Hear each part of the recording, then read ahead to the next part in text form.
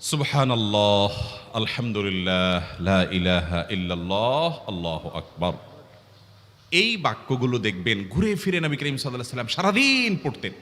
৫ ওয়াক্ত নামাজের পরে ৩৩ বার দেখবেন। আবার দেখবেন সকাল সন্ধ্যায় সুবহানাল্লাহি ওয়া বিহামদিহি ১০০ বার, সুবহানাল্লাহি ওয়াল হামদুলিল্লাহি আল্লাহু আকবার ১০০ বার। আবার এগুলো মাঝে মধ্যে ১০ বার, রাতের শোয়ার সময় ৩৩, ৩৪ বার।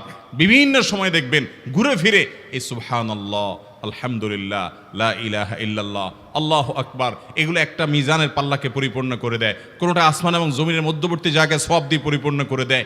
এত বেশি ফজিলতপূর্ণ জিকির।